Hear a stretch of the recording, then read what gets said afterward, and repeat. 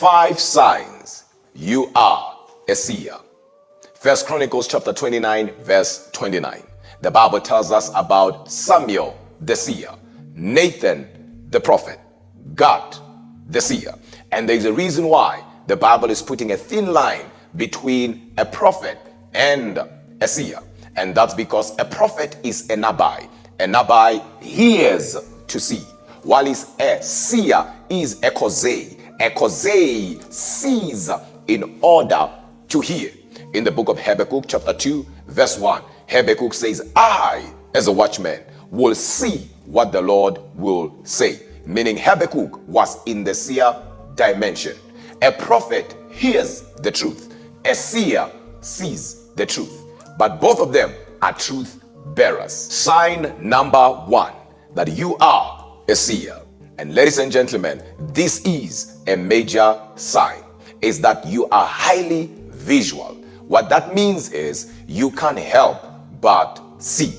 You are somebody who will see things either through dreams, visions, or even through symbols. And sometimes you can see things through images. The Bible says in the book of Jeremiah 1, God said to Jeremiah, what do you see? He said, I see an almond tree. And God said, you have seen well, for this is my word that I'm about to perform. You are somebody who can't help but sees. Sign number 2, you will have what we call prophetic mental impressions. This is where you see things with the eyes of your mind. For an example, you can be thinking about somebody, and the next thing they call you, the next thing they text you, or even hear that something happened to that person, either good or bad. It doesn't matter. The fact is, you saw it. It was dropped in your spirit. You can be thinking about somebody, and the next thing you see that person, and you go like, I was just thinking about you.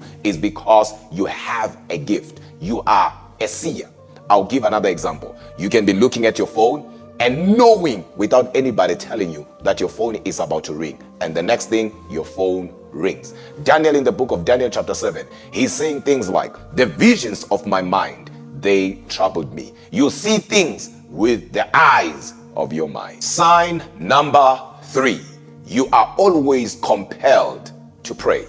You are an intercessor, and that's because every seer is an intercessor, but not every intercessor is a seer.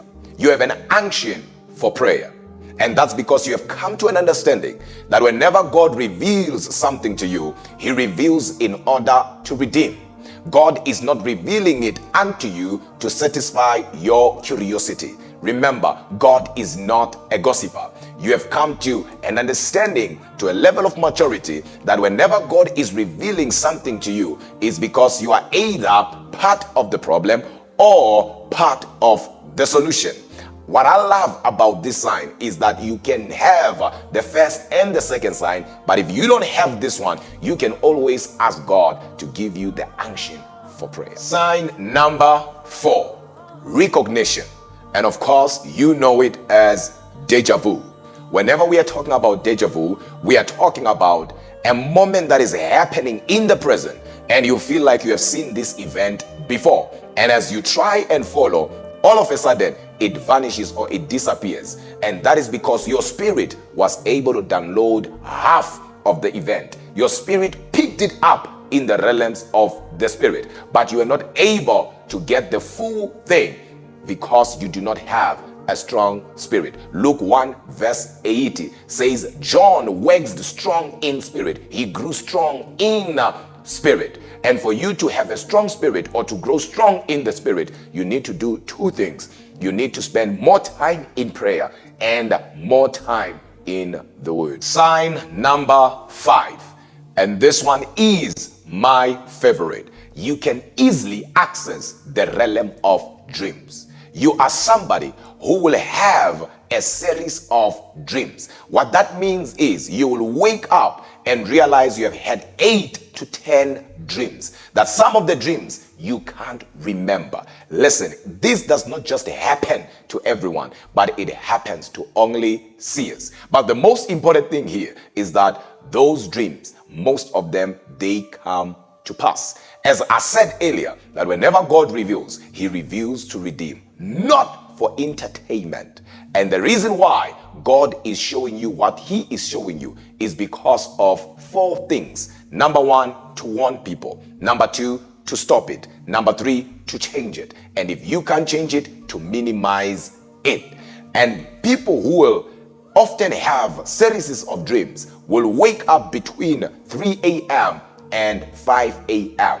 It is never a coincidence. You are a seer. I know somebody will say, but I'm waking up between that time so that I can use the restroom. Listen, it is a prophetic problem for a prophetic manifestation. Why didn't you wake up at 1 a.m., at 2 a.m.? Why are you always waking up between 3 a.m. and 5 a.m.? And that's because that time is considered prophetic hours. So if you are somebody who has the signs that I mentioned and you do not know what to do, leave a comment and I will see how I can help. Acts 2 verse 17. In the last days, I shall pour out my spirit upon all flesh. Your sons and daughters, they shall prophesy. Your young men shall see visions, and your old men shall dream dreams.